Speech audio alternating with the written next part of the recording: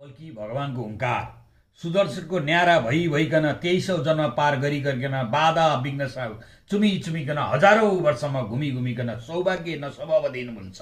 सौभाग्य न स्वभाव दिन भुल्छ। हेरौँ अगाडि अब के हुन्छ। मानवताको सत्ययुग कस्तो हुन्छ भनी शिक्षा दिन, सबैलाई सुमार्गमा ल्याउन, कलीलाई सम्झाउन, भीषण विध्वंस बचाउन आए कल्की पृथ्वीमा जन्मको प्रयोजनको सन्देश दिन। आए कल्की पृथ्वीमा जन्मको प्रयोजनको सन्देश दिन। कली भएर बसेकाको भोगको दरबारमा सत्य वचन कायम गर, हिन्दू स्वधर्म ग्रहण गर, त्यसमा पनि बाधा भए सम्झौताको पालना गर, केवल हिन्दू राष्ट्र घोषणा गर, केवल हिन्दू राष्ट्र घोषणा गर। राख आफ्नो तमाम शासना झगडा गर्न नआइकन आनन्द साथ त्यसैमा रहन। कली त्यो पनि दिन मानेन।